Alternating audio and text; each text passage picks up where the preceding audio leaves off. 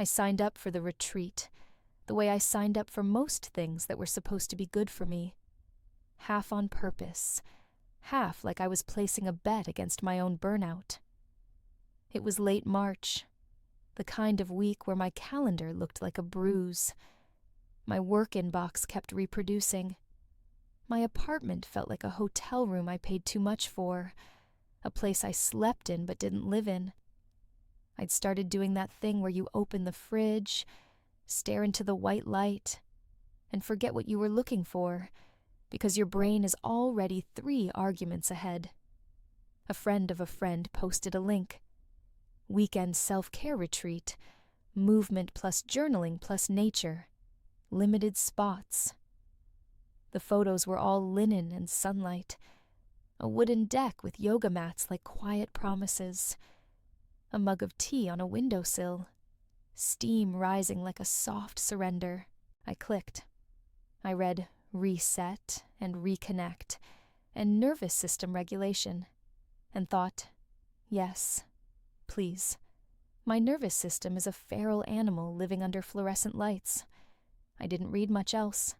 I paid the deposit before I could talk myself out of it. The confirmation email came with a PDF that I saved and didn't open. 2 weeks later, I drove 3 hours north with a suitcase full of sweatpants and books I wouldn't read, feeling the peculiar shame of someone who needs help resting. The highway thinned into long stretches of trees. My phone lost service in a way that should have made me anxious, but mostly felt like being released from a leash. The retreat center sat at the end of a gravel road, tucked into a bowl of pines like it was hiding on purpose. A handmade sign leaned against a fence. "Welcome home," with little painted wildflowers around the letters. The word home made my throat tighten, which I ignored by focusing on parking my car straight. I stepped out into air that smelled like damp earth and sap. Somewhere nearby, water moved. Maybe a creek, maybe a lake. The kind of sound you don't notice until it's gone. A woman in a mustard yellow beanie waved from the porch. She was holding a clipboard and smiling like she actually meant it, which immediately made me suspicious. "You made it," she called. I walked up with my bag bumping my leg, suddenly aware that I hadn't spoken to anyone in hours. "Hi," I said. "I'm Tracy." "Hi, Tracy." She said my name the way a camp counselor says your name, like it has good news attached to it. "I'm Tessa. Check-in is super simple. You'll pick a name tag, grab a little welcome bundle, and then we'll do a quick orientation circle in the main room in about 20 minutes. She handed me a name tag and a marker. Then she slid a small tray toward me. "Pronoun sticker?" she asked, like she was offering me a cookie. I blinked. The tray had little round stickers. She, her, they, them, he, him, and a few blank ones with tiny hearts on the edge. "Oh," I said too slowly. She, her." I peeled the sticker and stuck it under my name with a weirdly careful thumb, like I might break something if I pressed too hard. It wasn't the pronoun part that startled me. It was the ease. The fact that it was built into the welcome like this was a normal, gentle thing. Like your name and your pronouns belonged together, the way a first and last name do. Tessa handed me a canvas tote with a journal, a pen, a small packet of herbal tea, and a little card that said, "You don't have to earn rest." My eyes stung, and I hated that. Inside, the main lodge smelled like cedar and something citrusy, like someone had cleaned the windows and the air at the same time. There were mismatched couches, woven rugs, and a long table set with fruit and crackers.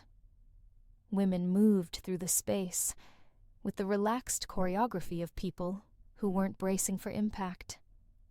Some wore hiking boots, some wore flowing pants, some had shaved heads, Some had silver rings on every finger. A few people hugged in the corner, like they were reuniting after war. It took me maybe 90 seconds to realize something I hadn't realized from the website. This wasn't just women-focused. This was queer, not in an aggressive, flag-waving way, in a quiet, lived-in way, in the way people's bodies seem to take up space without apology, in the way someone said "my wife" at the snack table without doing the tiny pause some people do, the one that checks for safety, in the way two women brushed past each other and lingered, smiling, like touch wasn't a complicated currency here. My stomach dropped, not because there was anything wrong with it, but because I felt like I'd walked into a room where everyone knew a language I'd been pretending I didn't want to learn. I picked a couch at the edge, like distance could make me invisible. My name tag stuck slightly to my shirt, a constant reminder that I was here, labeled, legible. Orientation circles started with the usual stuff, where the bathrooms were, when meals happened, how quiet hours worked. Then Tessa said, "We created this retreat as a space where queer women and sapphic folks can rest and be seen. You don't have to identify any particular way to be here, but we do ask that everyone honor the container." Container. That word landed in my body like a bell. We went around the circle and introduced ourselves. Names, where we were from, one intention for the weekend. People said things like, "I want to feel soft again," and "I'm tired of apologizing for my existence," and "I'm here to remember what my body feels like when it's not on guard." When it was my turn, I heard my voice come out a little too bright. "I'm Tracy," I said. "I'm from the city. I want to rest." It felt painfully insufficient compared to everyone else's honesty, like I'd shown up with a paper cup to a potluck. After the circle, we had free time before dinner. People drifted to their cabins, to the lake, to the reading nook with a small library of books that looked like they'd been loved. I wandered outside, pretending I was just stretching my legs. But really, I needed air that didn't taste like realization. That's when I saw her.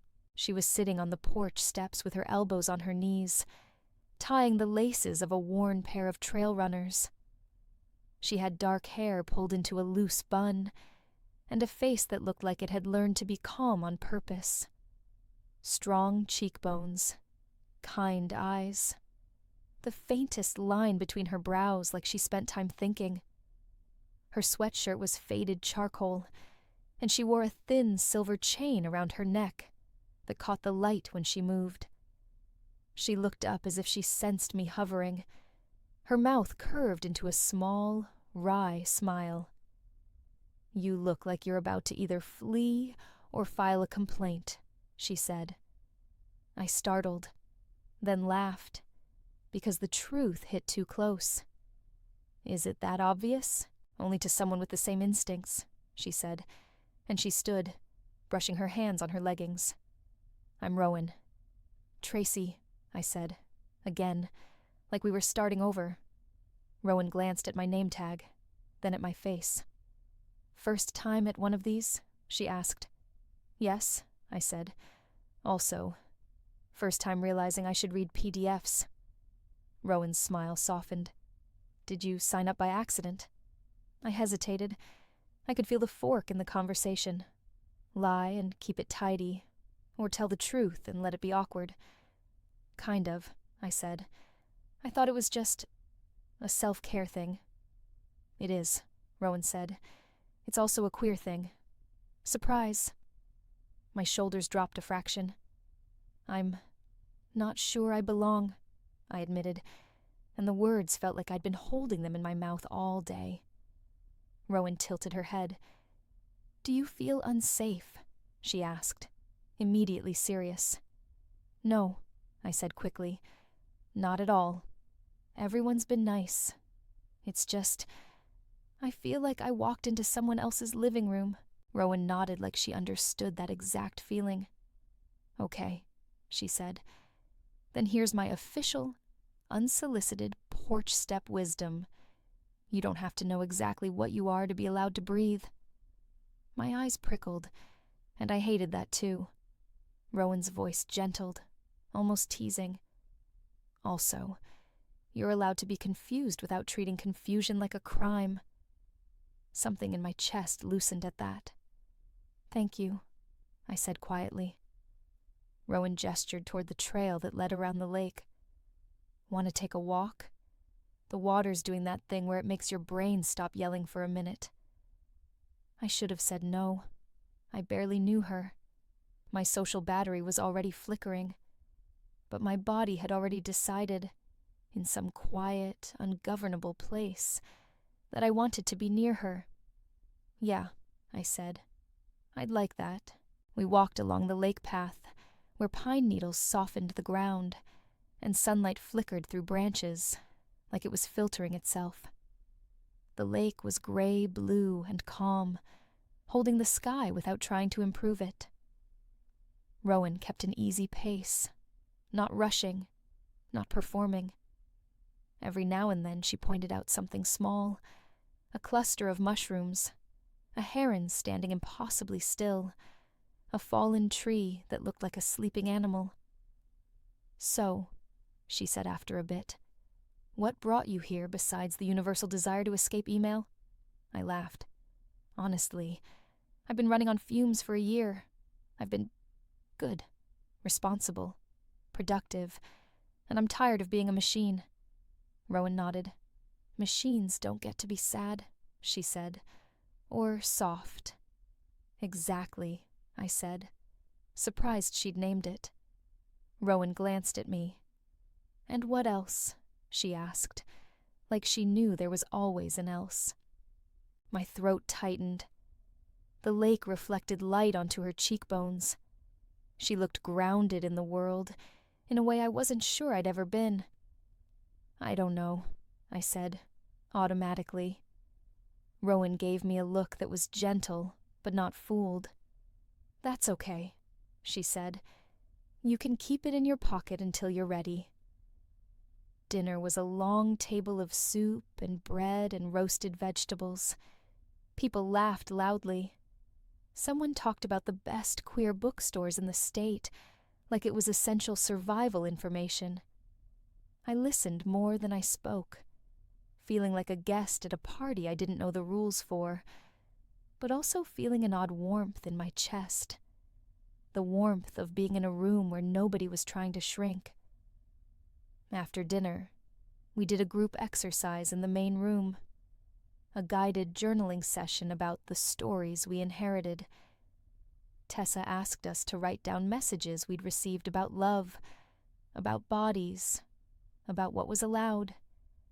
Then she asked us to circle the ones that still lived in our nervous systems. My pen hovered over my page like it was afraid to write the truth. Girls don't do that. Don't lead boys on. Be normal. Don't make it weird.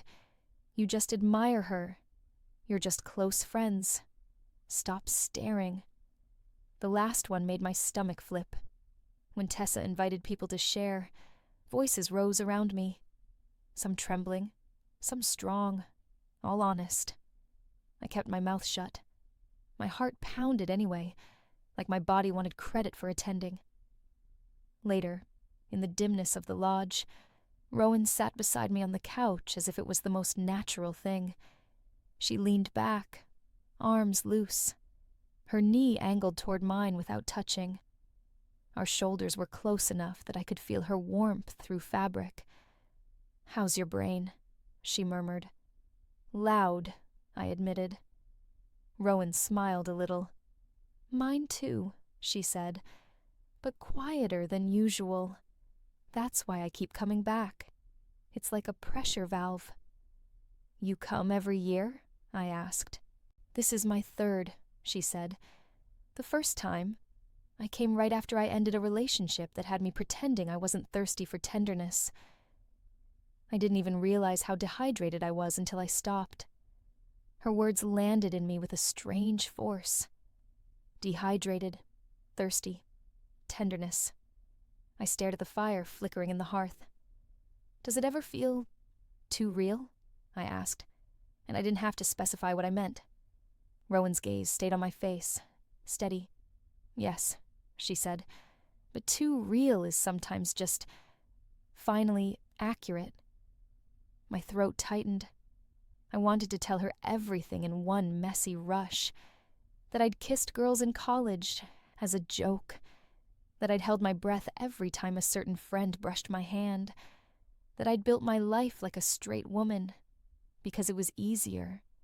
And because I was good at being easy. I wanted to tell her about the way I'd been crushing my own attractions down so long. They'd turned into vague anxiety and restless nights. Instead, I said, "I'm not sure what I am." Rowan's smile didn't change. "You don't have to be sure tonight," she said. "You can just be here." That night, in my cabin, I lay in bed listening to the lake and the far-off hush of people moving in the lodge. My journal sat open on my chest like a confession. My phone had no service. There was nowhere for my mind to flee. I wrote a sentence and stared at it like it might bite. I think I'm attracted to women. Even writing it made my body buzz. Not panic exactly. Something closer to relief, threaded with fear. The next morning we did movement on the deck. The instructor, Sage, had a voice like warm water. "This isn't about performance," she said. "This is about noticing." We moved slowly, feet grounded, arms rising like we were remembering we had bodies. As I flowed through a stretch, I noticed how often I held my breath in normal life, how often I braced. When I exhaled fully, tears slid out of my eyes with no drama, just gravity. Rowan caught my gaze across the deck and gave a tiny nod, like she'd seen and wasn't afraid of it. After breakfast, there was a discussion circle about identity. People spoke about coming out late, about bisexuality and being dismissed, about the relief of finding language that fit. I listened like someone reading a book I'd been told didn't exist. Every story felt like a key I hadn't known I was allowed to use. At one point, Tessa asked, "Has anyone here ever felt like they were living someone else's version of their life?" Hands rose around the circle. My hand stayed in my lap, but something in me lifted anyway. An internal yes, so loud it felt like a raised arm. During the afternoon break, Rowan found me at the snack table, where I was pretending to be fascinated by almonds. "Want to go for another walk?" she asked. I nodded before I could think. This time we went farther, along a trail that climbed slightly into the trees. The air smelled like pine and wet stone. Rowan walked with her hands in her pockets, shoulders loose. "You've been quieter today," she observed. "I'm processing," I said, which was a word people used when they didn't know how to say. "I'm unraveling." Rowan hummed.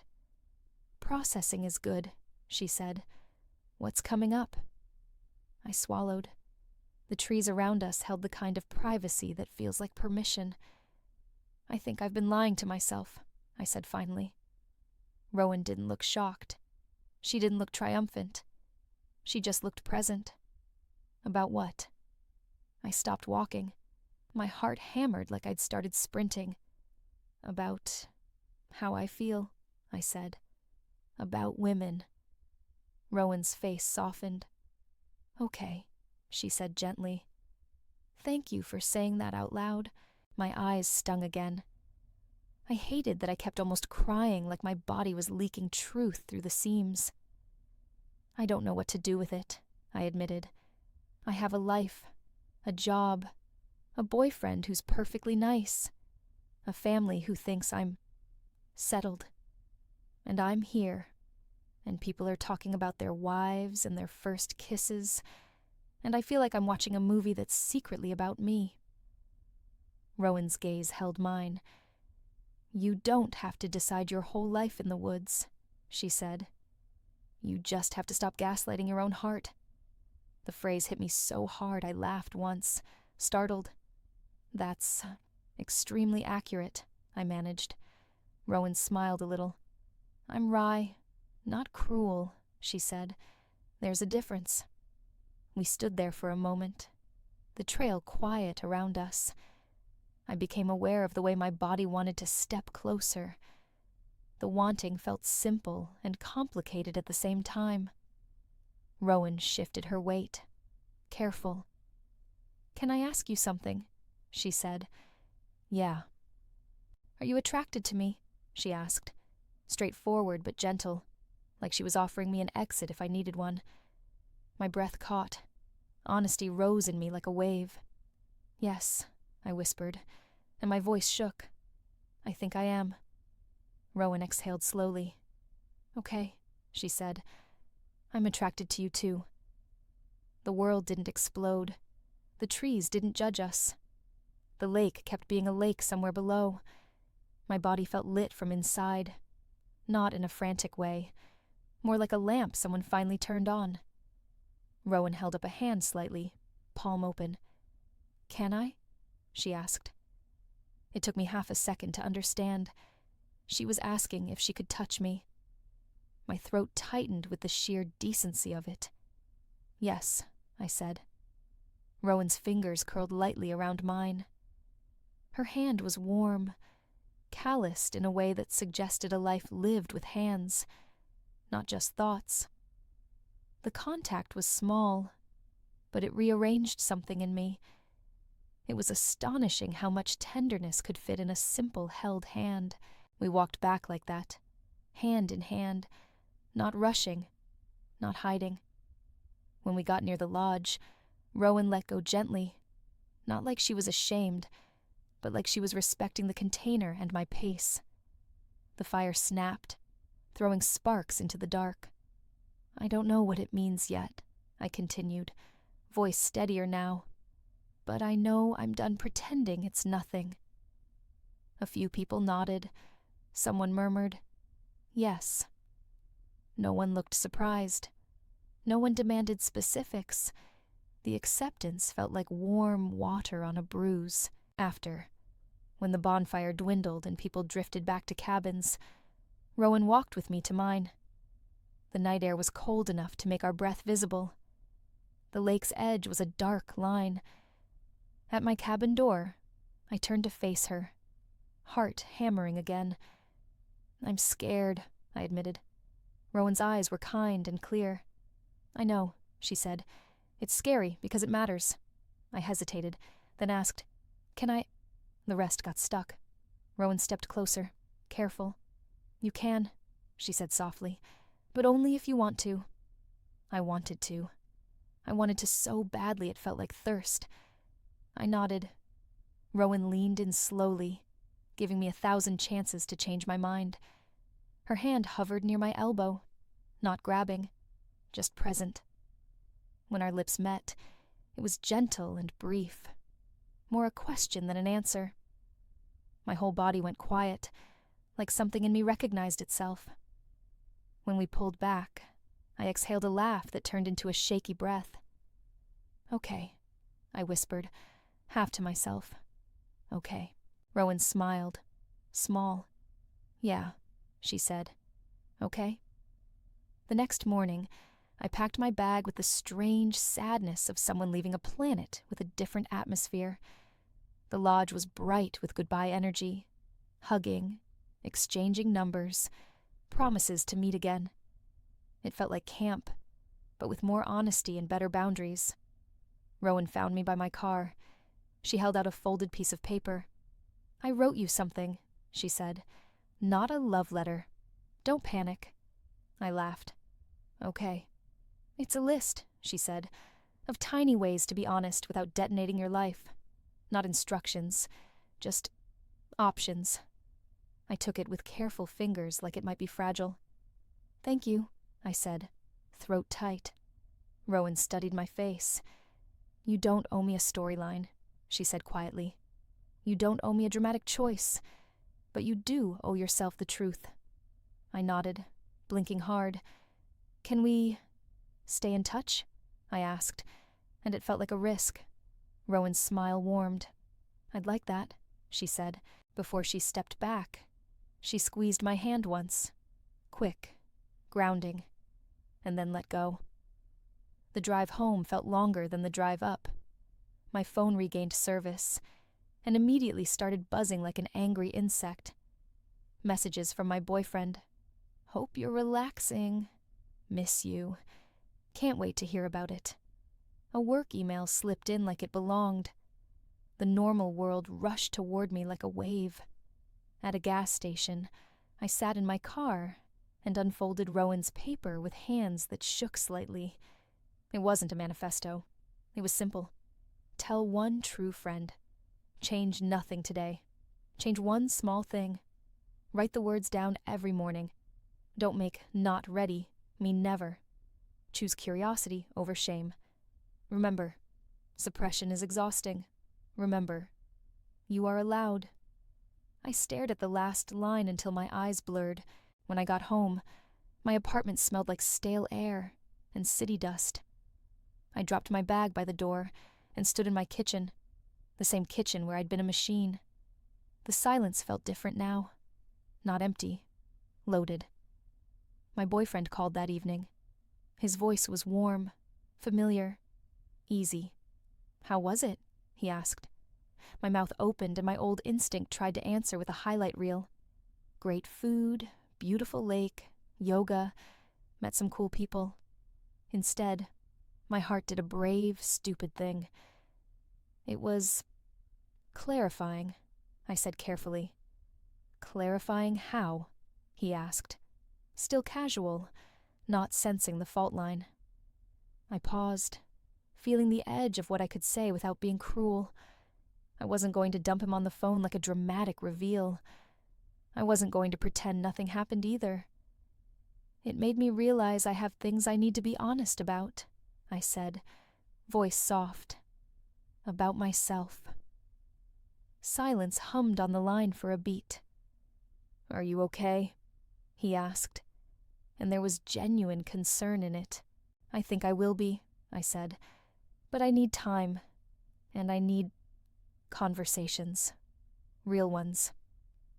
We ended the call gently, not solved, but real enough to keep from lying. Afterward, I sat on my couch and held my own hands in my lap, remembering the warmth of Rowan's fingers, remembering the way my body had gone quiet when I stopped pretending. The retreat hadn't fixed me. It hadn't made my life simple. It had just given me a contained universe where honesty didn't kill anyone, where a question could be asked with kindness, where "I don't know yet" wasn't a failure, just a place to stand. That night, I opened my journal to a new page and wrote, in careful, unflinching ink, "I am not straight." Then I wrote, beneath it, smaller, "I don't know what happens next, but I'm done calling myself a liar to survive." Outside, the city made its usual noise, indifferent and alive. Inside, something in me had finally started breathing, like it meant it.